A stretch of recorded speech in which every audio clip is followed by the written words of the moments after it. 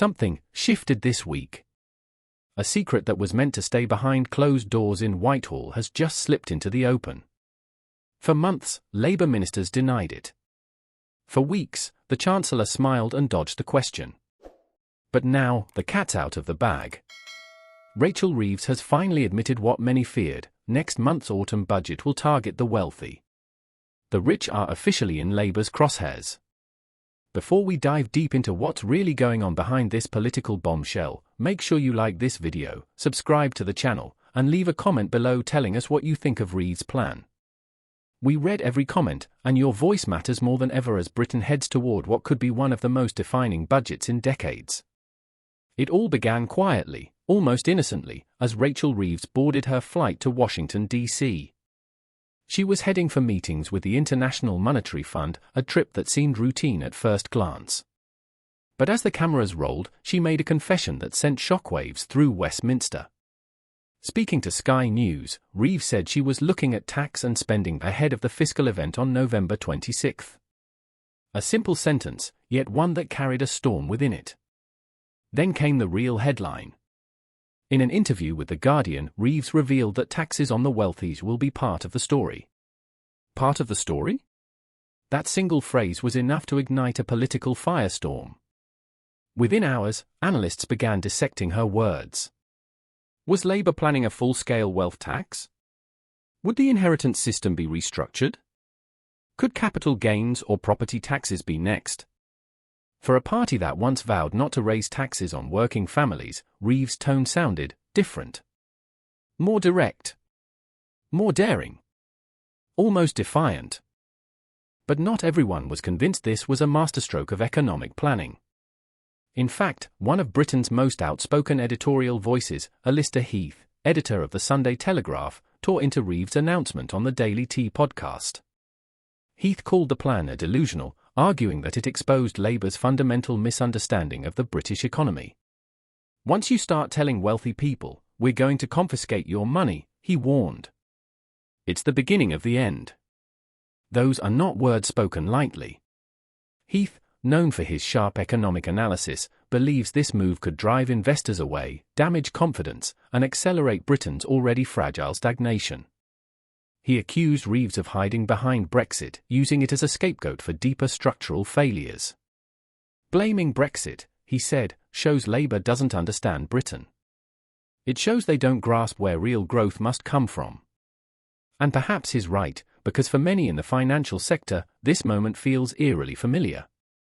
A chancellor standing at the crossroads between ideology and reality. A government seeking moral justice while risking economic ruin. But while Westminster debated Reeves' words, another story unfolded far from London, one that mirrored the tension and uncertainty gripping the country. Camilla Tominey and Tim Stanley, hosts of the Daily Tea, turned their focus overseas. There, Daily Telegraph senior foreign correspondent Sophia Yang was chasing one of Europe's most elusive figures, a notorious people smuggler who has been moving migrants across borders like ghosts in the night. Sophia came face to face with him. Her report, chilling and raw, described the dark machinery of human trafficking that continues to thrive despite Europe's toughest border policies. A reminder that while Britain debates wealth and taxes, the world beyond its shores grows ever more chaotic and unpredictable. Back home, the economic storm continues to gather. Labour insiders whisper that Reeves' team has been testing multiple models for taxing high earners, from tightening capital gains loopholes to introducing a solidarity surcharge on top incomes. The official line remains vague, deliberately so.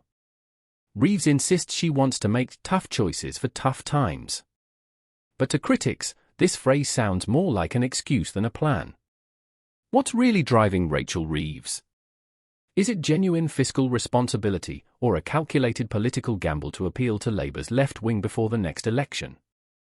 Because if history tells us anything, it's that when governments target the wealthy often find ways to fight back. Already, whispers in the city suggest capital is preparing to move. Accountants are being called. Trust funds are shifting. And the message is clear: if Reeves presses forward, Britain's elite might simply pack up and go.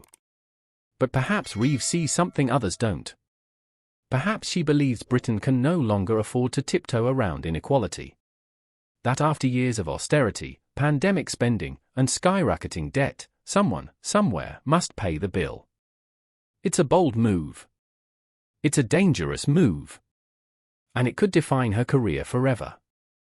Meanwhile, political strategists are watching closely. Keir Starmer has built his image on fiscal discipline, convincing Middle Britain that Labour can be trusted with the economy again. But if Reeves' tax plans spark panic among businesses and investors, that trust could vanish overnight. Even allies within Labour are cautious. One shadow minister privately told reporters, "Rachel wants to be seen as Britain's responsible accountant." But accountants don't win hearts, and they don't win elections. And so, as the autumn budget draws closer, tension thickens. Reeves stands at the heart of it all, calm on the surface, calculating beneath. She insists her plan is about fairness. Her critics say it's about folly. The truth? We'll only know when the numbers hit the page on November 26th. Until then, the story remains half told. A nation waits. Investors whisper. And the wealthy hold their breath, wondering if this time, the Treasury really means it. Because in politics, every promise comes with a price. And every tax rise tells a story, not just of economics, but of power, ideology, and the fragile line between ambition and collapse. Rachel Reeves has made her move. The question is, will Britain pay the price? If you've made it this far, tell us what you think. Is Reeves brave or reckless? Is this the beginning of a fairer Britain, or the start of an economic exodus? Let us know in the comments below, and don't forget to subscribe, like, and share this video so more people can join the debate. Because this story is far from over.